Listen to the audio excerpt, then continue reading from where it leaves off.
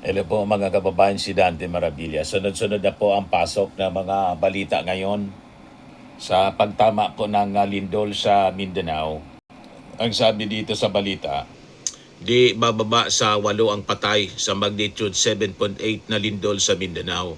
Sabi po ng NDRRMC.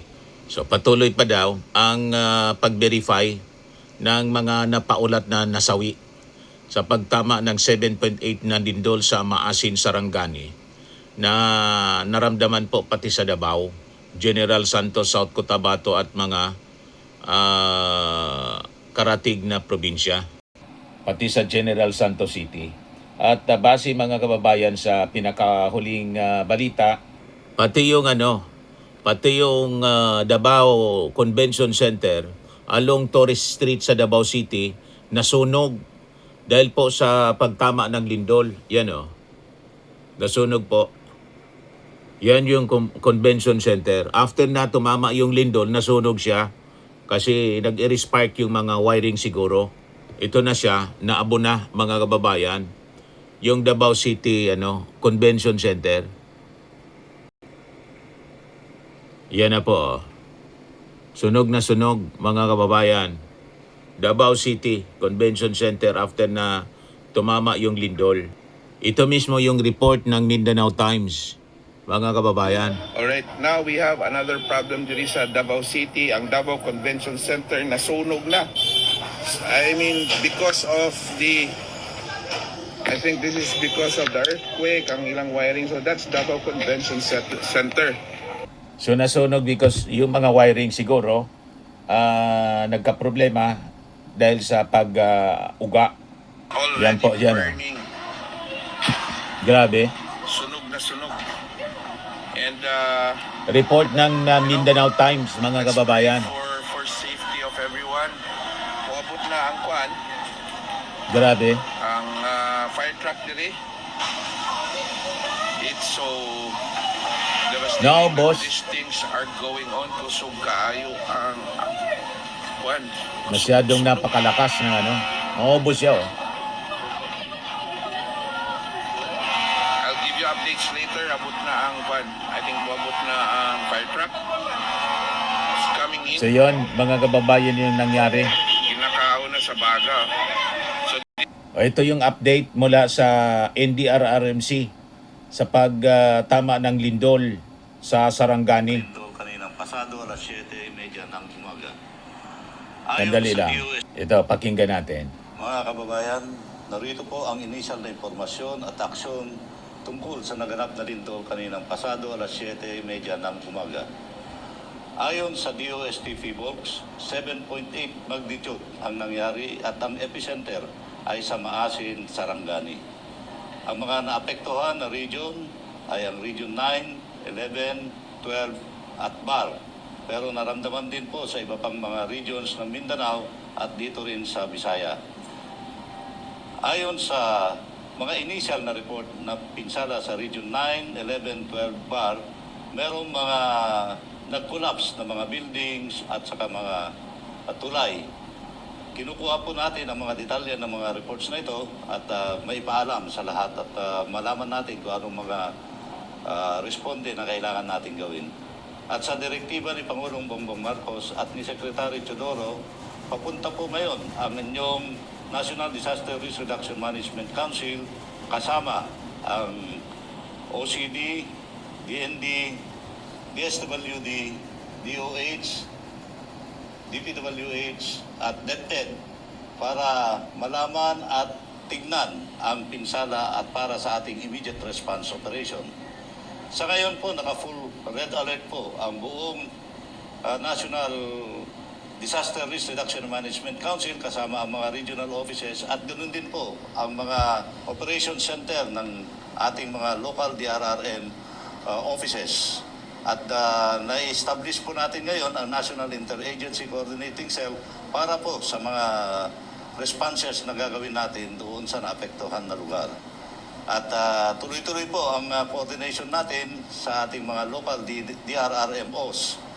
At paalala po sa ating mga kababayan na maging alerto lagi, lalong-lalo na at nakakaranas pa tayo ng aftershocks at umiwas din po sa mga high-rise buildings at pakinggan ang mga abiso, warning ng ating mga agencies, lalong-lalo na po tungkol sa tsunami maaring maranasan ng ating mga kababayan. Sa ngayon, ang epekto ng lindol, asahan niyo po ang ating mga ahensya ng pamahalaan ay re-responde at magbibigay ng tulong at mula sa national hanggang sa lokal. Kaya po, antabayanan niyo po ang aming mga progress reports at stay safe at mag-ingat po tayong lahat. Kaya mga kababayan, first day of school pa naman ngayon. Kaya inabot sa yung mga mga estudyante nasa flag ceremony kaya 7:30 in the morning. Ito nga nasa Davao City, yung pagtama ng linog talagang nagkagulo sa eskwelahan po. Yan o. Mataas pa naman yung building, mataas po. Butit karamihan nasa labas pa kasi nasa flag ceremony.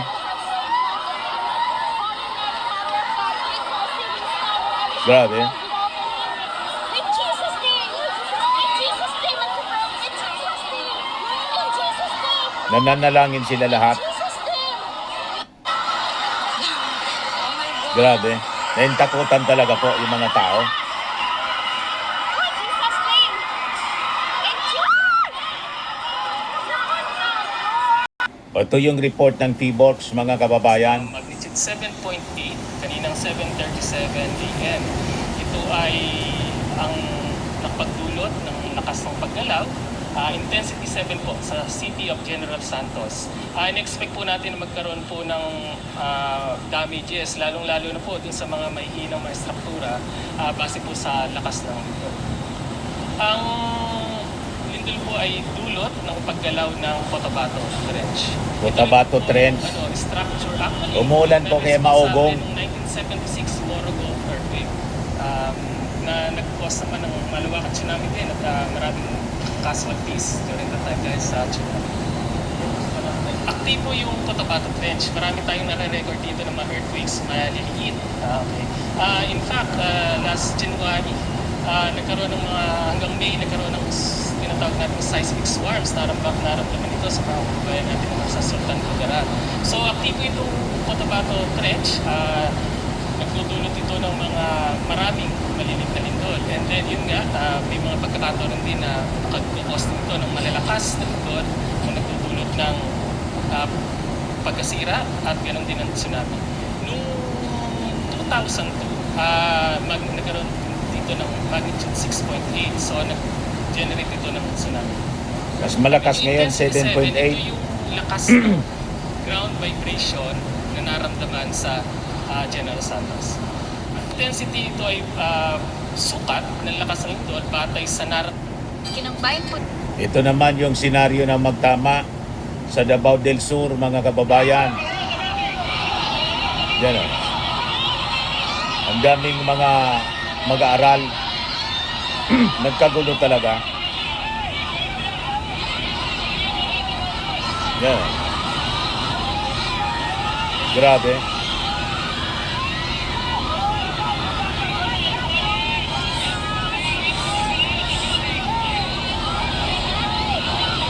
Bumabagsak yung building, oh. Butit na sa labas sila lahat. Yan, oh. Bagsak na yan, oh. Bumagsak.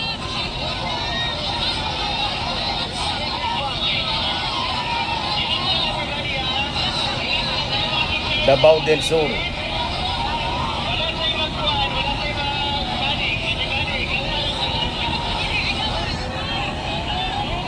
Kaya maganda na may palaging earthquake drill para masanay po sila kung paano umiwas sa aksidente, mga falling debris.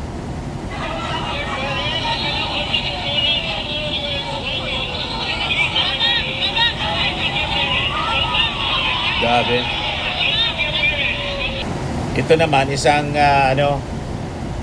family, si Inday Jenny. Sabi niya rito, ginising kami ng napakalakas na lindol. Yan o. Nagtatatakbo siya, pababa. Malaking bahay po, oh. Nagtatakbo siya pababa. Pero naka-video yung isa. Yan o.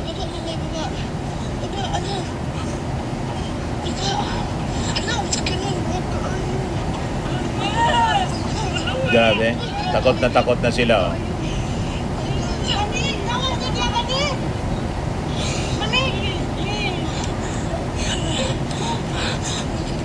Ang laking bahay po, oh. Butit hindi nagiba.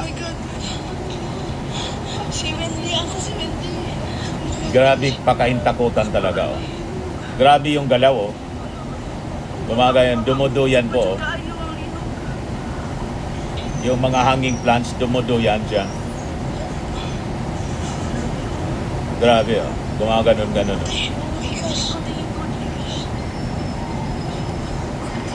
So, yun ang nakakatakot talaga sa lindol.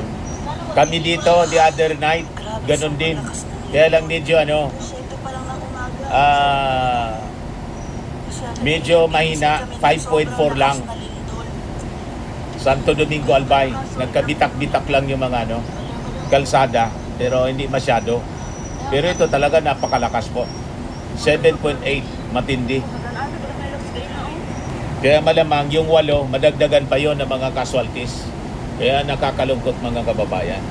So ipanalangin natin ang ating mga kababayan sa Mindanao na sana man po bigyan sila ng ating Panginoon ng lakas ng loob at tapang para ma-overcome nila itong nangyaring pagtama ng lindol. At sana hindi na madagdagan pa yung mga casualties and injuries mga kababayan. Although nakita natin lalo yung building na biglang nag-collapse mga kababayan, Jollibee yun, siguradong may mga kumakain doon sa ilalim. Yung building ng DCRH sa News FM sa General Santos at saka ng Lab Radio biglang nag-collapse mga kababayan, possibly may mga nadaganan doon. Ito sa Jensen din ito mga kababayan. Nagiba-giba na, oh. Customer! Restaurant siya po. Wala pa, gamulit ako. Bagsak talaga, oh. Customer! Tao, para! Customer niya, tao. So sinisigawan kung may nasa ilalim na daganan, bagsak po. Di ba? Pukpok!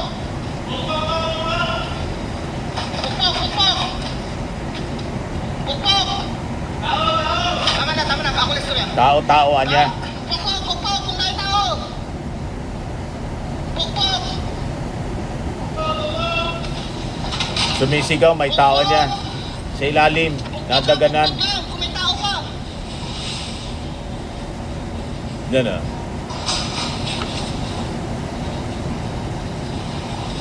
Grabe po.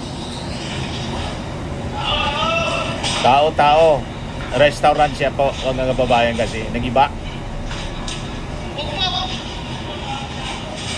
Sir, Baka yung McDo ito siguro, mga kababayan. customer, tao!